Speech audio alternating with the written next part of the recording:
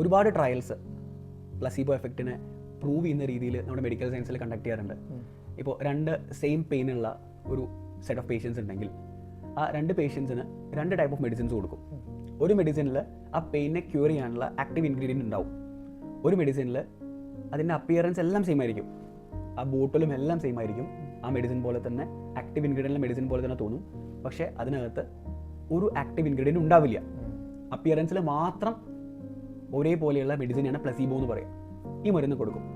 എന്നിട്ട് കുറച്ച് ദിവസം കഴിഞ്ഞിട്ട് റിസൾട്ട് എടുക്കുന്ന സമയത്ത് 2 പേർക്കും റിസൾട്ട് വന്നതായിട്ട്, പെയിൻ ഹീൽ ചെയ്തതായിട്ട് 2 പേഷ്യൻസ് റിപ്പോർട്ട് ചെയ്യും.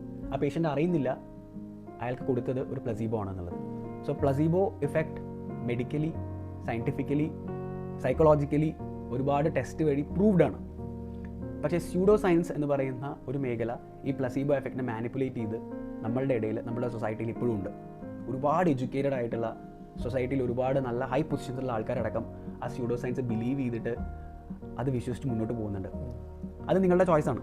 നിങ്ങൾക്ക് അതുകൊണ്ട് ഒരു റിലീഫോ ഹാപ്പിനെസ്സോ കിട്ടുന്നുണ്ടെങ്കിൽ യു ക്യാൻ ചൂസ് ഇറ്റ്. പക്ഷേ നോളജ് കൺവേ ചെയ്യുക, അതിൻ്റെ പിന്നിലെ ആക്ടിവിറ്റീസ്, നമ്മുടെ ശരീരത്തിൽ നടക്കുന്ന, നമ്മുടെ ബ്രെയിനിൽ നടക്കുന്ന ഫിനോമിനൻസ് ഇതൊക്കെയാണ് എക്സ്പ്ലെയിൻ ചെയ്യുക എന്നുള്ളത് ഞങ്ങളുടെ ഡ്യൂട്ടിയാണ്.